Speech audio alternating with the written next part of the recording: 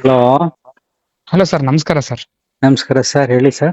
Sir ನೀವು ಇವರು sir Rangaraju sir ನೀವು? ಹೌದು. ಸರ್ ಅದೇ ನಿಮ್ದು ವಿಡಿಯೋ ನೋಡ್ತಾ ಇದ್ದೆ ಸರ್ ನಾನು. ಹ್ಮ್. ಸೊ ಅದಕ್ಕೆ ನನ್ನ ಅಭಿಪ್ರಾಯನ ನಿಮ್ಮ ಹತ್ರ ಸ್ವಲ್ಪ ಶೇರ್ ಮಾಡೋಣ ಅಂತ ಅನ್ಕೊಂಡೆ ಸರ್. ಹೇಳಿ ಸರ್. ಸರ್ ನಾನು ಅಂದ್ರೆ ಎ ಜೊತೆ ಕನ್ವರ್ಸೇಷನ್ ಮಾಡ್ತಾ ಇದ್ದೆ. ಆಕ್ಚುಲಿ ತುಂಬಾ ಸೈಂಟಿಫಿಕ್ ಆಗಿ ಆಲೋಚನೆ ಮಾಡ್ತೀನಿ, ಪ್ರತಿಯೊಂದನ್ನು ಕುತೂಹಲದಿಂದ ಕೂಲಂಕುಷವಾಗಿ ಸೆಟ್ ಮಾಡ್ತೀನಿ. ಹ್ಮ್. ಸೊ ಮೊದಲನೇದು, ಊಟ ಇರ್ಲಾರ್ದೆ ಅಪ್ ಟು 15 days ತನಕ ಬದುಕಿದಾರ ಪ್ರೂಫ್ ಇದೆ ಸರ್. ಹ್ಮ್. ನೀರಿರ್ಲಾರ್ದೆ at least 7 days, at least 5 to 6 days ತನಕ ಬದುಕಬಹುದು ಅಂತ ಇದೆ ವೈಜ್ಞಾನಿಕವಾಗಿ. ಹ್ಮ್. ಗಾಳಿ ಇರ್ಲಾರ್ದೆ 6 ನಿಮಿಷ ಬದುಕಬಹುದು ಅಂತ ಇದೆ. ಹ್ಮ್. ಸೊ ಇವ್ರು ಆಲ್ರೆಡಿ ಇದು ಮೊದಲನೇ ಸಲ ಅಲ್ಲ ಸರ್, ಅಂದ್ರೆ ತುಂಬಾ ಸಲ ಪ್ರಾಕ್ಟೀಸ್ ಮಾಡಿದ್ದಾರೆ. ಹ್ಮ್. ಅಂದ್ರೆ ಒಂದು ಇದರಲ್ಲಿ 60ನೇ ಸಲ ಅಂತ ಹೇಳಿದ್ರೆ, ಬಟ್ ನನಗೆ ಗೊತ್ತಿಲ್ಲ ಸರ್ ಆಕ್ಚುಲಿ ಡಾಟಾ ಏನಂತ ಕರೆಕ್ಟ್ ಆಗಿ. ತುಂಬಾ ಸಲ ಮಾಡಿದ್ದಾರೆ, ಇವರಿಗೆ ಅನುಭವ ಇದೆ ಅಂತ, ಎಕ್ಸ್ಪೀರಿಯನ್ಸ್ ಅಂತಿದ್ದಾರೆ ಅಂತ ಹೇಳ್ತಾರೆ. ಸೊ ಇಲ್ಲಿ ಮೊದಲನೇದು ಗಾಳಿದು ಹೇಳ್ತೀನಿ ಸರ್. ಗಾಳಿ ಅವ್ರು ಒಳಗಡೆ ಕುತ್ಕೊಂಡಿರ್ತಾರಲ್ಲ ಸರ್, ಅದು ಆಕ್ಚುಲಿ ಅದು ಸ್ಟೋನ್ ಮೇಲೆ ಸ್ಟೋನ್ ಮಾಡಿರೋ ಒಂದು ಗರ್ಭಗುಡಿ ಸರ್.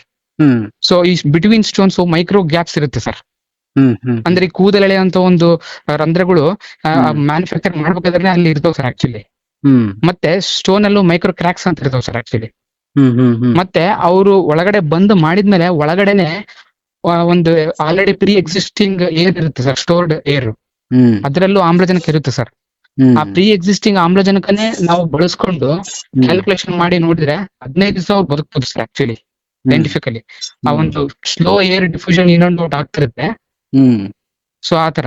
ಸೊ ಇಲ್ಲಿ ಅಂದ್ರೆ ಇವಾಗ ತುಂಬಾ ಜನ ಯೋಗಿಗಳು, ಅಂದ್ರೆ ಬ್ರಿಟಿಷರ್ ಕಾಲದಲ್ಲಿ 1837 ಅಲ್ಲಿ ಈ ತರ ಹರಿದಾಸ್ ಅಂತ ಒಬ್ಬ ಯೋಗಿಗಳು, ಬ್ರಿಟಿಷ್ ಡಾಕ್ಟರ್ಸ್, ಫ್ರೆಂಚ್ ಡಾಕ್ಟರ್ಸ್ ಮುಂದೆನೆ ಅವ್ರ ಮುಂದೆನೆ ಡಾಕ್ಯುಮೆಂಟೆಡ್ ಸ್ಟಡಿ ಆಗಿದೆ.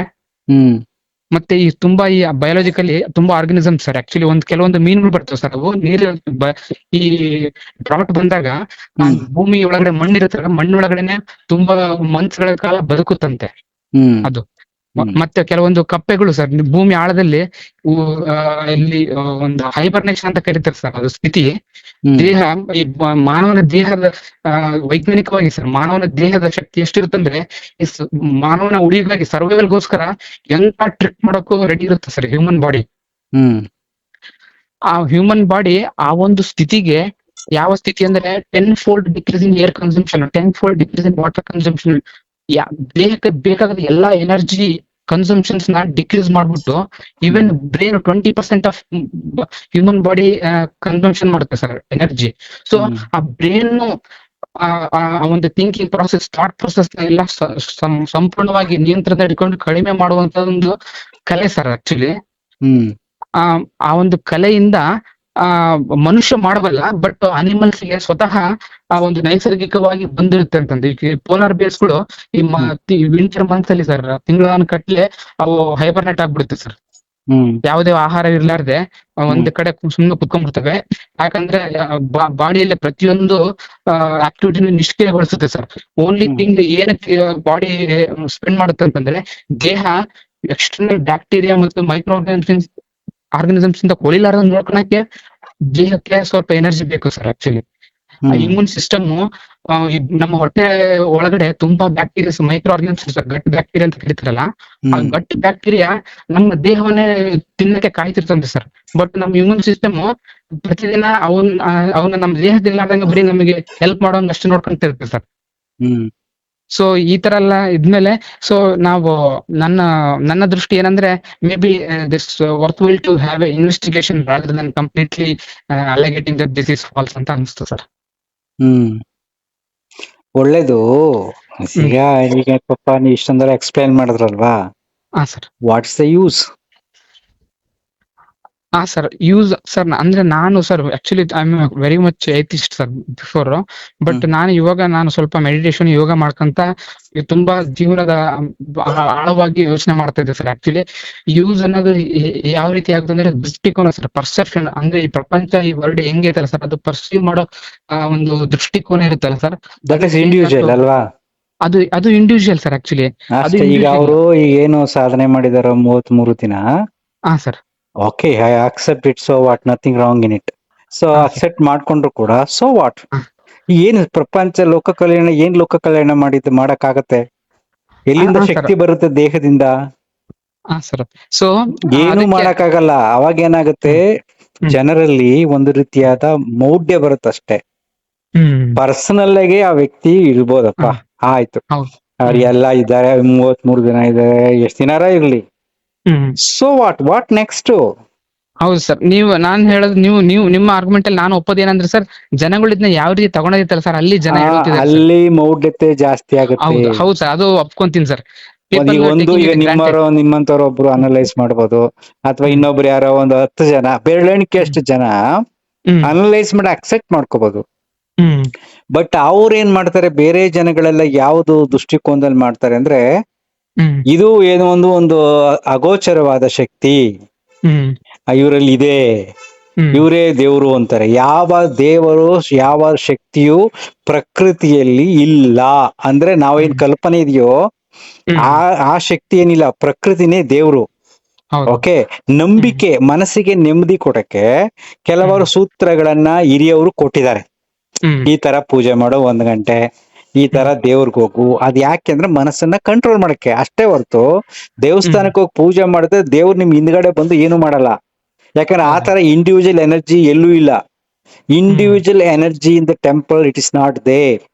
ಹ್ಮ್ ಇದು ಈಗೇನಾಗುತ್ತೆ, ಇವ್ರೆಲ್ಲ ಹ್ಮ್ ಜನಗಳು ಇದನ್ನೆಲ್ಲ ನೋಡಿದಾಗ, ಸೊ ಇಂಡಿವಿಜುವಲ್ ಎನರ್ಜಿ ಇರುತ್ತೆ, ಸೊ ಹ್ಮ್ ಶಿವನನ್ನ ಪೂಜೆ ಮಾಡಿದ್ರೆ ಶಿವ ಇಸ್ ಗಿವಿಂಗ್ ಎವ್ರಿಥಿಂಗ್ ಅನ್ಕೋತಾರೆ. ಹ್ಮ್ ಎವ್ರಿಥಿಂಗ್ ಆಗಲ್ಲ, ಕೆಲವ್ರು ಫೇಲ್ಯೂರ್ ಆಗುತ್ತೆ. ಮತ್ತೆ ಹ್ಮ್ ಅದನ್ನೇ ನಂಬ್ಕೊಂಡು ಕೆಲವರು ಜೀವನ ಮಾಡ್ತಾರೆ.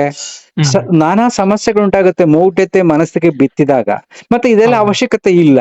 ಈಗ ಓಕೆ, ಹ್ಮ್ ಸ್ವಾಮೀಜಿಗಳಾಗಿದ್ದಾರೆ, ಹ್ಮ್ ಸಾಧನೆ ಮಾಡಿದ್ದಾರೆ, ಓಕೆಪ್ಪ, ಹ್ಮ್ ಸಾಧನೆ, ಅಯ್ಯೋ 10 ವರ್ಷ 20 ವರ್ಷ ಮಾಡಿ ಕುಳಿತುಕೊಂಡ್ರು ಹ್ಮ್ ನೀರ್ ಒಳಗಡೆ ಅನ್ಕೊಳ್ಳಿ.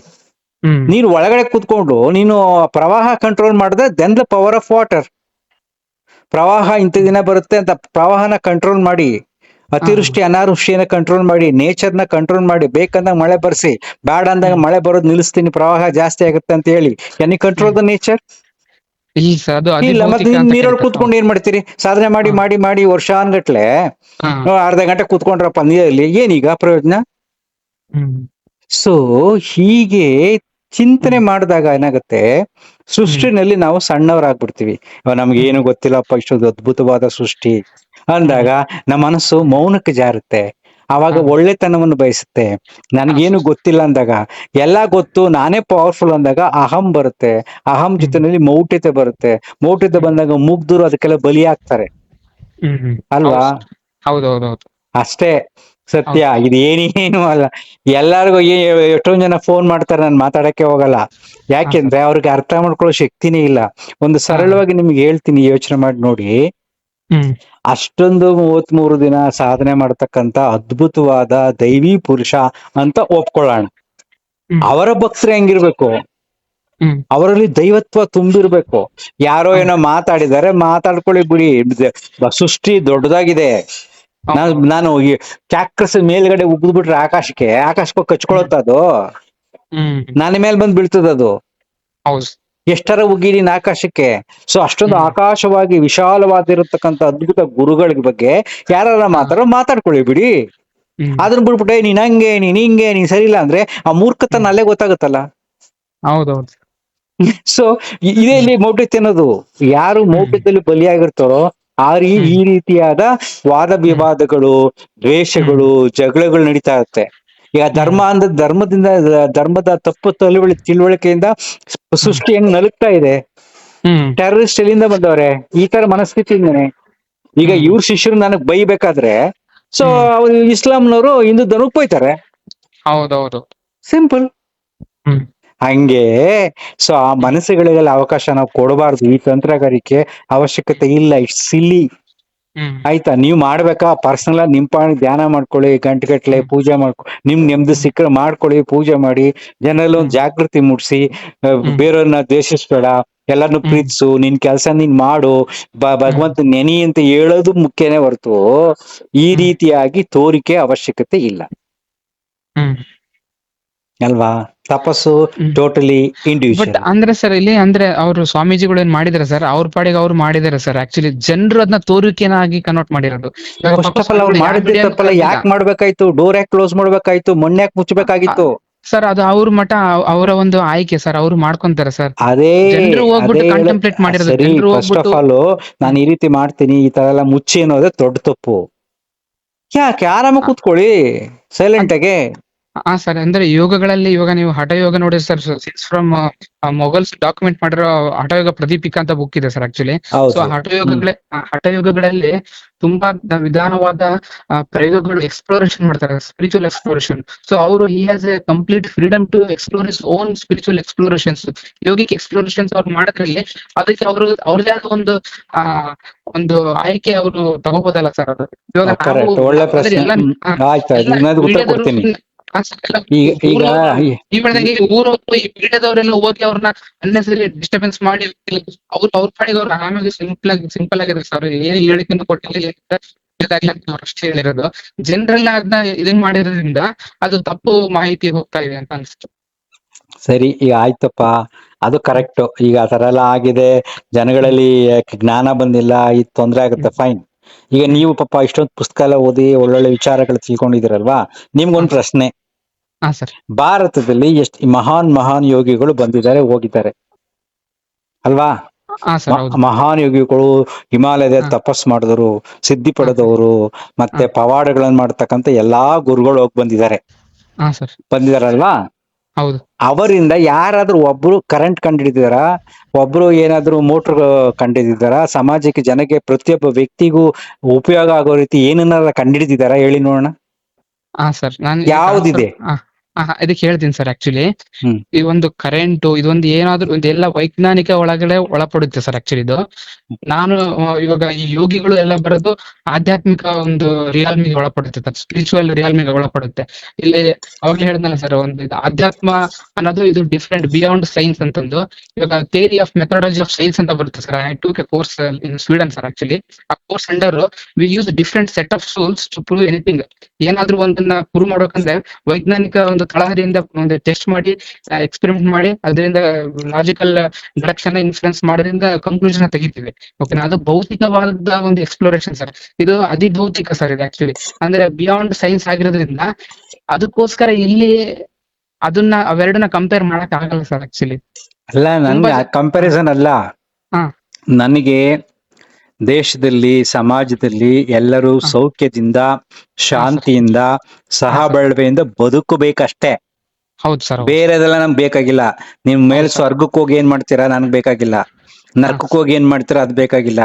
ಈ ದಿನ ನಮ್ಮ ಸಮಾಜದಲ್ಲಿ ಜನ ಹೆಂಗಿದ್ದಾರೆ, ಉತ್ತರ ಕರ್ನಾಟಕದಲ್ಲಿ ಆ ಮುತ್ಯಗಳು, ಸ್ವಾಮೀಜಿ, ಪವಾಡಪುರ ಎಷ್ಟು ಜನ ಇದ್ದಾರೆ. ಆಕ್ಚುಲಿ ಉತ್ತರ ಕರ್ನಾಟಕ ನಲುಗ್ತಾ ಇದೆ. ಈಗ ಸ್ವಲ್ಪ ಇಂಪ್ರೂವ್ ಆಗಿರ್ಬೋದು, ಅಷ್ಟೊಂದೆಲ್ಲ ಅವಾಗಿಂದ ಇದ್ದಂತ ಪವಾಡ ಪುರುಷರು ಯಾಕೆ ಅದನ್ನ ಡೆವಲಪ್ ಮಾಡಿಲ್ಲ? ನೀವು ಇನ್ಫ್ಲೂಯೆನ್ಸ್ ಮಾಡ್ಬೋದಾಯ್ತು ನಿಮ್ಮ ಇವ್ರ ಮೇಲೆ, CM ಮೇಲೆ. ಈಗ ಹೇಳಿದ್ರೆ ಇನ್ನೊಬ್ಬ ಸ್ವಾಮೀಜಿ ಇದ್ರಲ್ಲಿ 775 ಏನು 770 ವರ್ಷಗಳು ಬದುಕಿದ್ರು ಇವ್ರು ಗುರುಗಳು ಅಂತ ಹೇಳಿದ್ರು. 770 ವರ್ಷ ಬದುಕು ನೀವೇನ್ ಮಾಡಿದ್ರಿ? ಏನ್ ಡೆವಲಪ್ ಮಾಡಿದಿರಿ ನೀವು? ಅಲ್ಲಿ ಎಷ್ಟು ಜನ ಬಡತನ ತುಂಬಿಕೊಂಡಿದೆ ಪಾಪ. ಈಗ ಸ್ವಲ್ಪ ಡೆವಲಪ್ ಆಗಿದೆ, ಈ BPL ಕಾರ್ಡ್ ಅದು ಇದೆಲ್ಲ ಬಂದ್ಮೇಲೆ. ಕಡು ಬಡತನ ಆ ಕಡೆ. ಹೌದೌದು. ಈಗ್ಲೂ ದೆವ್ವಗಳು ಜಾಸ್ತಿ ಬರ್ತಾವಲ್ಲ ಹೆಣ್ಮಕ್ಳ ಮೇಲೆ. ಮನಸ್ಸು ಅಷ್ಟು ವೀಕ್ ಆಗಿದೆ. What is your gift to the society? You are living in the ಸಮಾಜದಲ್ಲಿ ಬದುಕ್ತಾ ಇದೆ ನೀವು. ಸೃಷ್ಟಿಗೆ ನಿನ್ನ ಕೊಡುಗೆ ಏನು? ನೀನೇನ ಕುಂತ್ಕೊಂಡು ಧ್ಯಾನ ಮಾಡ್ಕೊಂಡ್ಬಿಟ್ರೆ ವಾಟ್ಸ್ ಎ ಯೂಸ್? ಸೊ ಪವಾಡ ಪುರುಷರಾಗ್ಲಿ, ಸಿದ್ಧಿ ಪುರುಷರಾಗ್ಲಿ, ಯಾರೇ ಆಗ್ಲಿ, ಸಮಾಜದ ಒಳಿತಿಗಾಗಿ ಅವರ ಕೊಡುಗೆ ಏನು? ಕೆಲವ್ರಿಗೆ ಮಾತ್ರ ಸೀಮಿತ. ಧ್ಯಾನ ಮಾಡ್ಕೊಂಡಿರ್ತಾರೆ, ಅವ್ರು ಮಾಡ್ಕೊಂಡಿರ್ತಾರೆ, okay fine. But day to day ನನಗೆ ಅನ್ನ ತಿನ್ನಕ್ಕೆ ಅನ್ನ ಬೇಕು. ಅನ್ನಕ್ಕೆ ನಿನ್ನ ಕೊಡುಗೆ ಏನು? ನನ್ನ ಬದುಕಿಗೆ ನಿನ್ನ ಕೊಡುಗೆ ಏನು? ಯುದ್ಧ ಎಲ್ಲಿ ನಿಲ್ಸಿದಿರಿ? ನಮ್ಮ ದೇಶದ ಮೇಲೆ ಆಕ್ರಮಣ ಆದಾಗ ಯಾವ ಸಿದ್ಧ ಪುರುಷರು ಅಡ್ಡ ಬಂದಿದ್ರು? 17 ಸಾರಿ ಆಕ್ರಮಣ ಆಯ್ತು. 300 ವರ್ಷ ಬ್ರಿಟಿಷ್ನವ್ರು ಮಾಡಿದ್ರು. 300 years ಬ್ರಿಟಿಷ್ನವ್ರು ಆಳ್ವಿಕೆ ಮಾಡಿ ದೋಚಿದ್ರು. ಅವಾಗ ನಿನ್ನ ಸಿದ್ಧಿ ಪುರುಷ ಎಲ್ಲ ಹೋಗಿದ್ದ? ನಿನ್ ಪವಾಡದ ಶಕ್ತಿ ಎಲ್ಲೋಗಿತ್ತು? ಎಲ್ಲಿದೆ ರೀ? ಇವೆಲ್ಲ ಸುಮ್ನೆ ಪಾಪ. ಇಷ್ಟೊಂದು ಮಾತಾಡ್ದೆ ಇದು ದೊಡ್ಡ ವಿಚಾರ. ಇದರೆಲ್ಲ ಅವಶ್ಯಕತೆ ಇಲ್ಲವೇ ಇಲ್ಲ. ರಿಯಾಲಿಟಿ ಬಂದಾಗ ಪ್ರತಿ ಕ್ಷಣ ನನ್ನ ಬದುಕಿನಲ್ಲಿ ಏನಾರ ನಾನು ಮಾಡಿದ್ರೆ ಅದು ಸಮಾಜಕ್ಕೊಂದು ಉಪಯೋಗ ಆಗ್ಬೇಕು ಅಷ್ಟೇ. ಆವಾಗ ದಟ್ ಇಸ್ ಸಿದ್ಧಿ. ಉಳಿದದ್ದೆಲ್ಲ ಒಂದು ಕಲ್ಪನಾ ಲೋಕ. ಅದು ಇಂಡಿವಿಜುವಾಲಿಟಿ ಇರುತ್ತೆ, ಅದರಿಂದ ಏನೇನು ಪ್ರಯೋಜನ ಇಲ್ಲ. ಅರ್ಥ ಆಯ್ತಾ?